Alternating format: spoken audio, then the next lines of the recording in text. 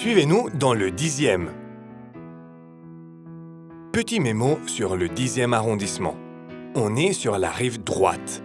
86 472 Parisiens vivent dans le 10e. Il s'étend sur 2,89 km². C'est l'arrondissement à la fois populaire et tendance. Allez, c'est parti!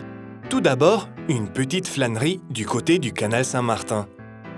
Il mesure 4,5 km de long. Il possède de nombreuses passerelles pour les piétons, des ponts fixes et mobiles. On peut naviguer en touriste sur le canal.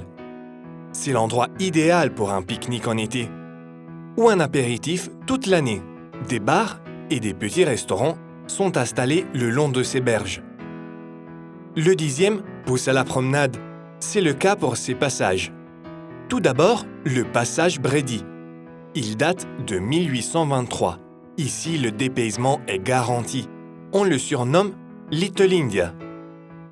On y trouve des restaurants indiens, pakistanais ou sri-lankais, mais aussi de nombreuses épiceries exotiques, des bazars, des herboristeries indiennes ou des magasins de vêtements colorés. Le passage du Prado s'appelait autrefois le passage Art déco, à cause de ses nombreuses fresques florales du début du XXe siècle. Aujourd'hui, ces fresques ont été restaurées en accentuant les couleurs pour recréer une ambiance Bollywood. Et maintenant, voici deux portes du 10e. Non, pas celle-là. La porte Saint-Denis et la porte Saint-Martin. Ce sont les anciennes entrées dans la ville, quand elle était entourée de remparts. Quand Louis XIV a remplacé les remparts par de grandes promenades, les grands boulevards, il a transformé certaines portes en arcs de triomphe, à sa gloire. Passons à présent de la grande porte à la petite porte, d'une entrée de métro. On est sur la ligne 9. Entre les stations Strasbourg-Saint-Denis et République, ouvrez bien les yeux. Vous découvrez sur le trajet une station fantôme du métro parisien, la station Saint-Martin.